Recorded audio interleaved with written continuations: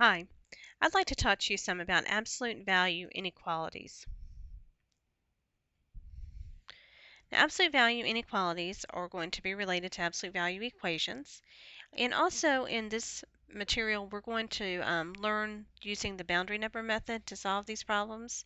Your book shows you a way to do compound inequalities, but we're not really going to get into that at all, so you can ignore that method. This method is the same method that we use for quadratic inequalities and higher degree inequalities, so it should be a pretty easy extension. So to solve them using the boundary number method, remember what we have to do. We first solve the associated equation, that is, replace the inequality with an equal sign and solve. Put these numbers on the number line, test a number from each region, and determine the symbol for the boundary numbers, and write the solution in interval notation. And remembering that we're shading the regions that test true because those are including all solutions to the inequality. So if we wanted to solve absolute value of x minus 5 is less than 2, and we wanted to do that by hand, the first thing that we want to do is solve x minus 5 and absolute value is equal to 2. And recall, this has two solutions because the absolute value is isolated, equal to a positive number. We set the expression inside the absolute value equal to the numbers whose absolute value is 2, which is 2 and negative 2. So adding 5, we get x is equal to 7, or x is equal to, if we add 5 to negative 2, positive 3. So we then place those numbers on the number line in order from smallest to largest, and we have to test numbers from the regions that are formed by those boundary numbers. So in region A, we're plugging in a number less than negative 3, let's say negative 4. In region B, we want to plug in a number between negative 3. You know what, I said negative 3. That should be a positive 3, shouldn't it? Negative 4 is still less than 3, so that's fine. We could also use 0. We plug in a number between 3 and 7, let's say 5. And a number larger than 7, so we'll say 8. So when I put it inside the original inequality, I'm saying, is the absolute value of negative 4 minus 5 less than 2? Well, negative 4 minus 5 is negative 9, but I'm not comparing negative 9 to 2, I'm comparing its absolute value. The absolute value of negative 9 is 9, and that is not less than 2. If I plug in 5, is the absolute value of 5 minus 5 less than 2? Well, that would be the absolute value of 0. The absolute value of 0 is 0, so that is certainly less than 2, so that's true. We plug in 8. Is the absolute value of 8 minus 5 less than 2? Well, 8 minus 5 is 3, but the absolute value of 3 is 3, and 3 is not less than 2. So the only region that tests true here is region B. Now what about those endpoints? I'm only allowed to be strictly less than 2, not equal to 2, so I cannot include those endpoints. So my solution is going to be from 3 to 7. Now understand that's not an ordered pair, that is the interval. That means all the numbers between 3 and 7, not just whole numbers. We're talking about 3.5, 3.7, 4.001. There's infinitely many numbers that satisfy that. Now, again, the question is, can you use your calculator to check? And certainly you can.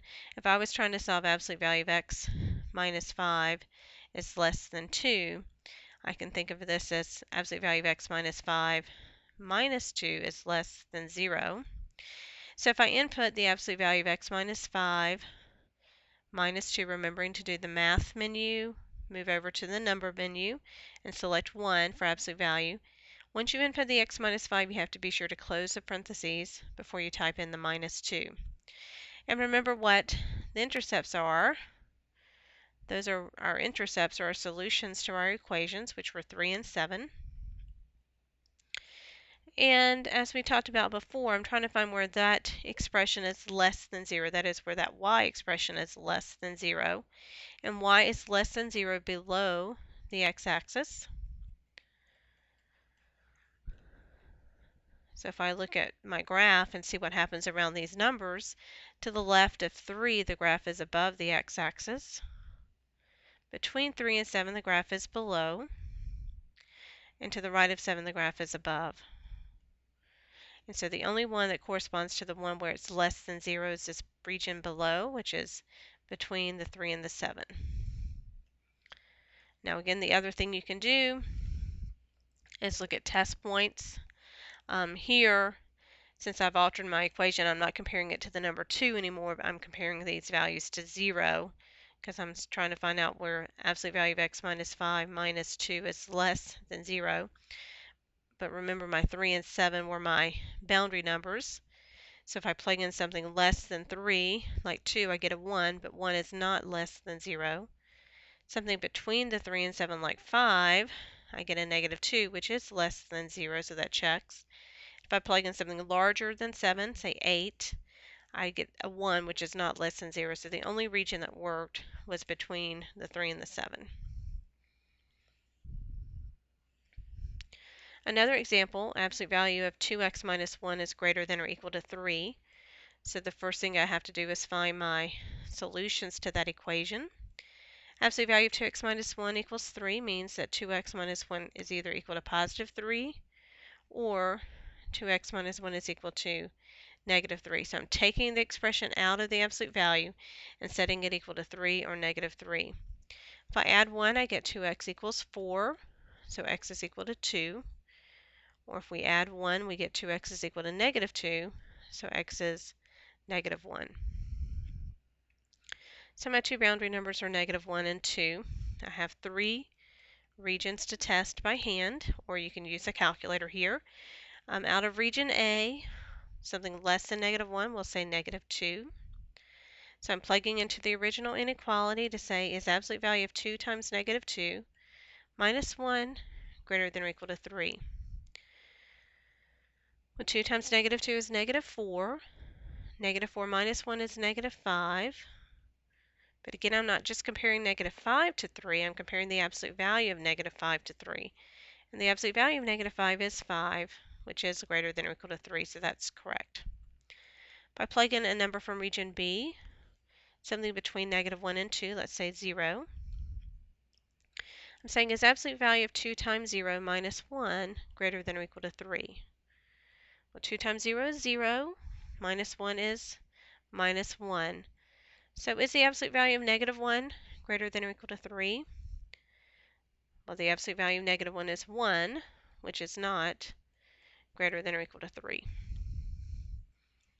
If I plug a number from region C, which is something larger than 2, we'll say 3. Is the absolute value of 2 times 3 minus 1 greater than or equal to 3?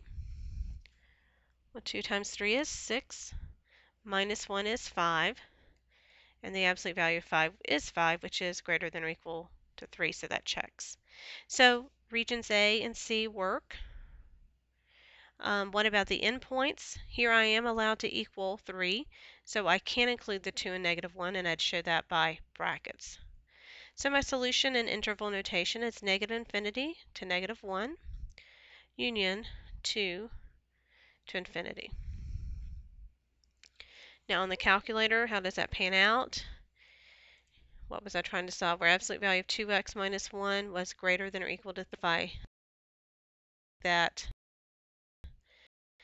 opposite from 0, I'd have absolute value of 2x minus 3 is greater than or equal to 0. If I graph that and get my solutions, we know that negative 1 and 2 were our boundary numbers, or the solutions to the equation. So to the left of negative 1, the graph is above the x-axis. Between negative 1 and 2, it's below. And to the right of 2, it is above. Since I'm trying to find where it's greater than or equal to 0, that's where it's above, which is the region A and C that we mentioned before, and we can allow the intercepts to be included. And again, here's an example where you can use the calculator's table to verify the trueness or falseness of your answer. Okay. Some last examples, if I want to solve absolute value of x plus 2 is greater than negative 3, and then absolute value of x plus 2 is less than negative 3. I start by finding the solutions to the equation, but if you're paying attention here, is absolute value of x plus 2 equal to negative 3? That is no solution to that. Now that doesn't mean there's no solution to the inequality, only to the equation, which remember means that when we look at our divisions on the number line, there's no numbers that we place there. So we only have one region to test, and that is the whole number line itself. So pick your favorite number. I'm going to pick 0 and plug in. Is the absolute value of 0 plus 2 greater than negative 3? 0 plus 2 is 2, and the absolute value of 2 is 2, and 2 is greater than negative 3.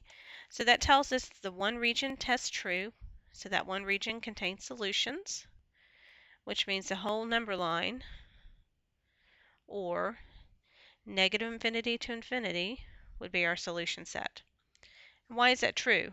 Well, the absolute value is always going to be positive, which is always greater than a negative number, so that just by definition is going to be a true statement for any value of x. Now, the other one I've just reversed the inequality symbol, but we would start by saying, is the absolute value of x plus 2 equal to negative 3? Does that have any solutions? Well, it doesn't. So when we look at the number line, we don't place any partitions there. But then we'd have to test a number, let's say 0.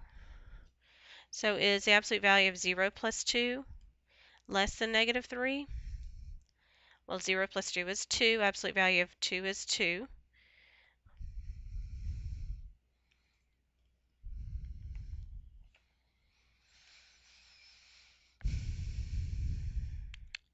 And is 2 less than negative 3? Well, that is certainly false, right? So that means that since that's false, that region doesn't contain any solutions, so the whole number line is not shaded, which means that we have no solution to that inequality. Okay, there's no solution to the equation, but in this case there's also no solution to the inequality because a positive number is never going to be less than a negative. So those are kind of two special cases. If you think about it long and hard, you can get the solutions just kind of from inspection. Now on the calculator, if we were trying to find absolute value of x plus 2 is less than negative 3, we could find out, we add 3. We're really trying to solve these two inequalities, where absolute value plus 2 plus 3 is less than 0. But the graph of this expression is all above the x-axis. So where is it below the x-axis? Nowhere. So that one would be the empty set. Absolute value of x plus 2 plus 3 is greater than 0. Where is it above the x-axis? Well, it's above the x everywhere. So that's going to be negative infinity to infinity. Okay? So just a way you can use a calculator to check. So solving an absolute value inequality, very similar to solving the quadratic inequalities. You solve for the solutions to the equation, test numbers from each region, using the graphing calculator to kind of help you with that testing that you need to go through. If you have any questions, please don't hesitate to contact me. Thank you.